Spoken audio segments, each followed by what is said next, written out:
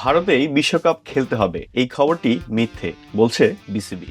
মোস্তাফিজকে IPL থেকে বাদ দেওয়ার প্রেক্ষাপটে বাংলাদেশ ভারতে বিশ্বকাপ খেলতে যাবে না জানানোর পর আন্তর্জাতিক ক্রিকেট কাউন্সিল অর্থাৎ আইসিসি কি পদক্ষেপ নেয় সেদিকেই এখন দৃষ্টি সবার। এর মধ্যে আইপিএল খেলা বাংলাদেশে সম্প্রচারে বন্ধ রাখারও নির্দেশ দিয়েছে বাংলাদেশের তথ্য ও সম্প্রচার মন্ত্রণালয়। এমন পরিস্থিতিতে আন্তর্জাতিক ক্রিকেট কাউন্সিল আইসিসি বাংলাদেশের কাছে জানতে চেয়েছে কেন ভারতে বিশ্বকাপ খেলতে যাবে না বাংলাদেশ। বিসিবি থেকে জানিয়ে দেওয়া হয়েছে নিরাপত্তার কারণেই ভারতে বিশ্বকাপ খেলবে না বাংলাদেশ। এরপর আর এ বিষয়ে কোনো আলোচনা বা সিদ্ধান্ত নেয়নি আইসিসি। তবে ইএসপিএন ক্রিকইনফোর প্রতিবেদন থেকে বুধবার ভোরে জানা গেছে আইসিসি বাংলাদেশের দাবি মানছে না। অর্থাৎ বিশ্বকাপ খেলতে হলে বাংলাদেশ দলকে ভারতেই যেতে হবে অথবা পয়েন্ট কর্তন করতে হবে, এমনটা নাকি আইসিসির পক্ষ থেকে জানিয়ে দেওয়া হয়েছে।